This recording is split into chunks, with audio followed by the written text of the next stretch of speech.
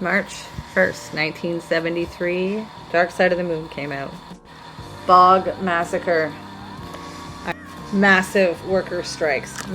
And Richard Nixon gives his 8-point plan to end the war in Vietnam. And this band released one of the greatest masterpieces in rock and roll music.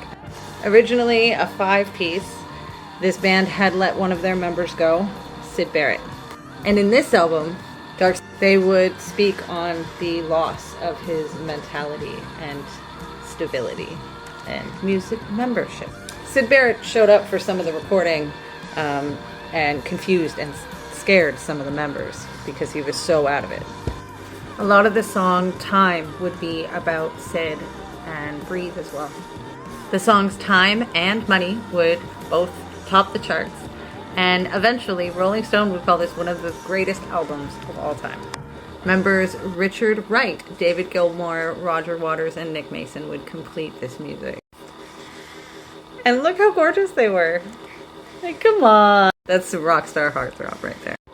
A psychedelic masterpiece, this album would have beautiful visuals and timing and sounds that had never been seen and would forever change the course of live production as well as live shows for everyone, really. Every musician can claim inspiration from these guys, and especially released March 1st, 1973.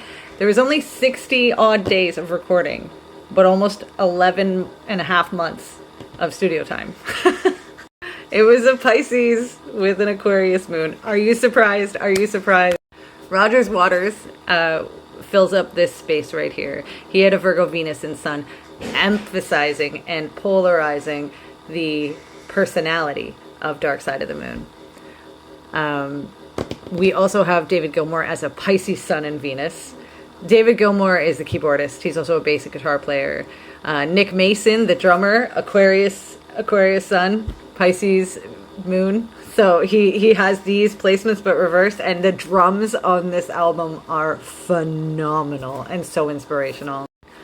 Richard White had a Leo Sun conjunct Pluto, but he also had a Pisces Moon and a Sag Venus right there.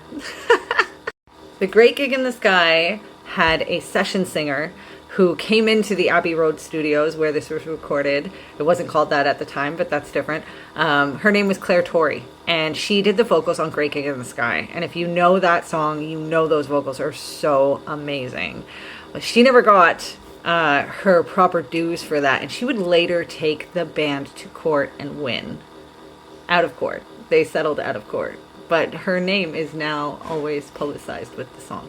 Some quotes from the band and Rolling Stone.